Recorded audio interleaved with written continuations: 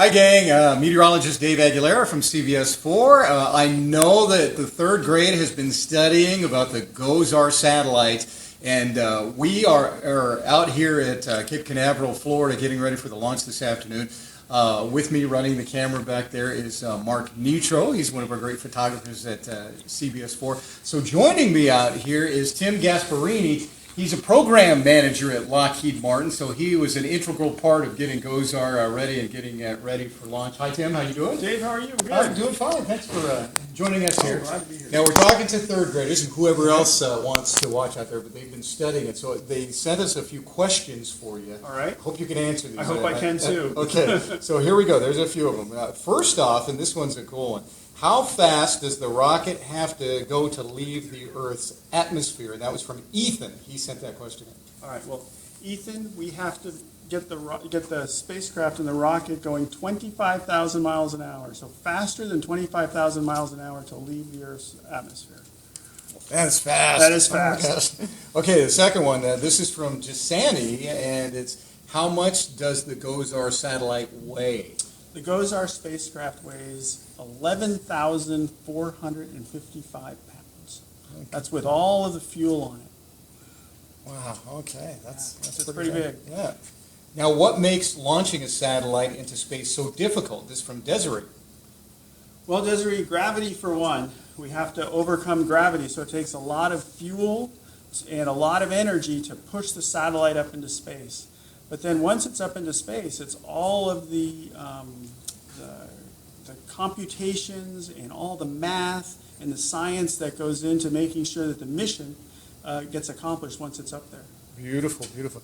The next question is from Stella, and this is what you've been doing for years, right? What type of research goes into building a satellite like this? Well, there's a lot of research, a lot of the special research goes into building the instruments. For example, we have what we call the geostationary lightning mapper that's on the spacecraft. It's the first time this has ever been flown in geostationary orbit. And there's been a lot of research gone into figuring out how to look at lightning, especially during the daytime from space, and then making a connection between lightning and when storms come.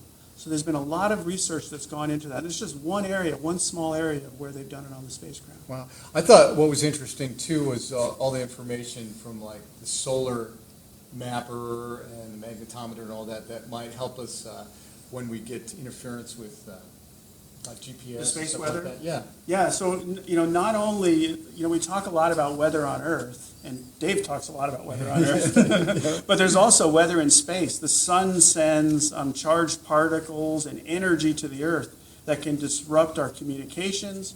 It can disrupt the GPS on people's phones or in airplanes as they're trying to fly.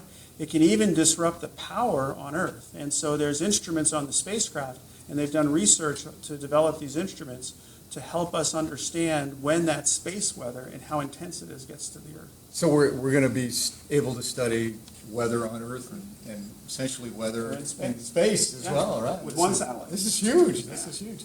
Okay, our next question is from Nieli, and she asks, how do you get the satellite into the rocket to shoot it into space? Well, the way that they do that is they, before the nose of the rocket comes actually in two halves. And so what they do is they put the rocket on what they call the payload adapter fitting, which is a big piece of the top of the rocket. And then they bring the two halves of the nose cone together. And then they lift that whole thing up and move it out to the launch pad and then lift it up and put it on the top of the rocket. Beautiful. Lily W. asks, how far out does the GOES-R satellite orbit the Earth? Well, so the GOES-R satellite is at a place they call geostationary orbit. And what that means is that the spacecraft is always over the same spot of the Earth. And that is about 22,000 miles from the Earth. All right.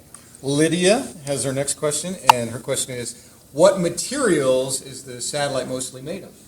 Well, the spacecraft is made up of all different kinds of materials. There's aluminum, there's steel, there's titanium for metals, But we also use what's called composite materials, which are carbon fiber and epoxies or glues for some parts of the spacecraft. And those are the parts we use for the structure to make it very lightweight so we can send it into orbit. Okay, Nicholas has our next question. How is the GOES-R satellite powered once it's in space? Well, Nicholas, the GOES-R spacecraft has very big solar arrays.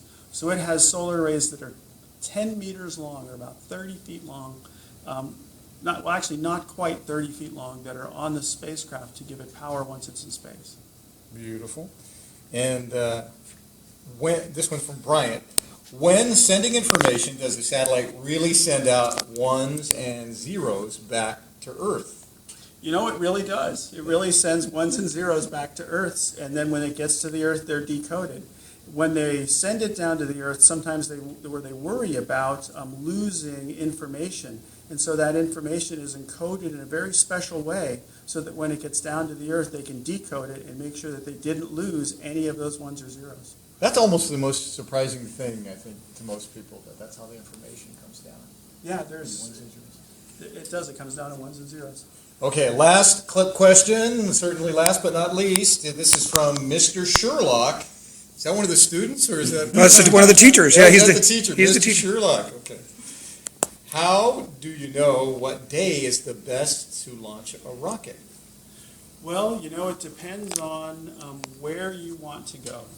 And so they define where they want to go in orbit, and then they kind of back figure when the spacecraft launches on the what time of day it launches. And so it's simply a matter of where you want to go. Which, to figure that out, you have to know. You have to know math, you have to know science, geometry, physics. There's a lot of things that go into determining orbits, and you know, some of the orbit determination guys are some of the smartest guys there are figuring all that out. All right. So our third graders, you need to study math, science, geography, physics, That's right. all of that, and English too, right? Because you got to communicate You know everything, what? right? You know, and sometimes there's been very smart engineers that have had a hard time communicating, and the things that they wanted to communicate were where they weren't able to. So maybe some of our third graders will be future engineers and scientists that work on Perhaps. future That'd be launches. And this was a twofold question, but since I do the weather, we got to talk about the weather. Today's beautiful down there. We got sunshine, a little breeze blowing, and it's going to be a pretty nice for lunch. The other question Mr. Sherlock had is, what are the conditions you are looking for when you launch? When we launch, they're looking for, they don't want to have a lot of clouds because certain kind of clouds cause lightning, and they don't want the lightning to hit the launch vehicle as it goes up. And they certainly don't want high winds. They have a criteria on the rocket that if the winds are above a certain value, they won't launch the rocket because it'll be too powerful to launch the rocket, and the rocket might not be able to do what it needs to do. Beautiful. So Tim? winds Got maybe some more questions from people, but Yeah, are there questions there is from- actually a question from somebody, Julie. I wanted to know more about today's launch window and if that was still kind of on track and what was going on kind of like coming up here in the next couple hours. Okay. It is. The launch window opens at 5:42 Eastern Time. So if you guys are in Colorado, that's 3:42. And it's open for 1 hour. So from 3:42 your time to 4:42 your time.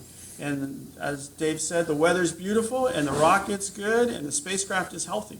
Yeah. So they're getting ready to go. Good deal. Good deal. Any other GOES-R questions? I think somebody has a question about something else from Milwaukee, but Yeah. I think we're going to stick with GOES-R today. Okay, I yeah, think let's so. stick with GOES-R. How about that?